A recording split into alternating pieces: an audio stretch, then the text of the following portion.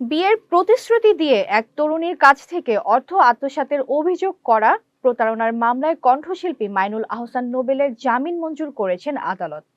আজ মঙ্গলবার Dhaka metropolitan magistrate Raju Ahmed জামিনের আদেশ দেন। বিস্তারিত ডেস্ক রিপোর্টে। গত রবিবার দুপুরে নোবেলকে আদালতে হাজির করা হয়। বেলা 2:55 বিচারক আদালতে আসেন।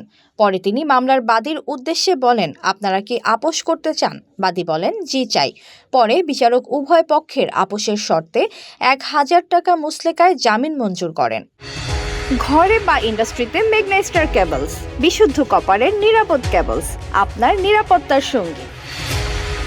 গত সোমবার দুপুর 12:30টার দিকে নারায়ণগঞ্জের সিদ্ধিরগঞ্জ থানার বটতলা এলাকা থেকে নোবেলকে ডেমরা থানা পুলিশ গ্রেফতার করে।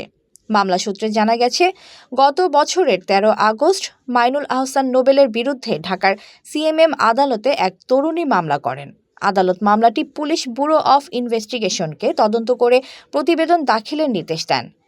HPL UPVC pipe and fittings, শক্ত, মজবুত ও দীর্ঘস্থায়ী, এক পাইপে জীবন পার। পিবিআই তদন্ত শেষে আদালতে প্রতিবেদন দাখিল করলে চলতি বছরের 2 ফেব্রুয়ারি আদালত নোবেল সহ 4 জনের বিরুদ্ধে গ্রেফতারি পরোয়ানা জারি করেন।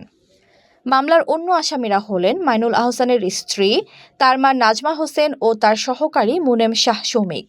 মামলার অভিযোগে বলা হয়, এক নারীর সঙ্গে আসামি নোবেল প্রেমের সম্পর্ক গড়ে তোলেন এবং বিয়ের প্রতিশ্রুতি দেন। এই সম্পর্কের সুযোগ নিয়ে 2023 সালের 25 আগস্ট থেকে 2025 সালের জুন পর্যন্ত বিভিন্ন সময়ে নোবেল তার কাছ থেকে মোট 13,18,540 টাকা নেন। পরে সেই টাকা ফেরত না দিয়ে আত্মসাৎ করেন। অন্য আসামিরা নোবেলকে সহযোগিতা করেন। এর আগে ধর্ষণ ও মারধরের অভিযোগে ডেমরা থানার মামলায় 2025 সালের 19 মে গ্রেফতার হন নোবেল। পরে মামলার বাদীকে কারাগারে বসে বিয়ে করার 5 দিনের মাথায় 24 জুন জামিন পান তিনি। এতক্ষণ আপনাদের সাথে ছিলাম তামান্না ইসলাম তন্নি। প্রতিদিনের নিউজ আপডেট পেতে আমাদের সাথেই থাকুন।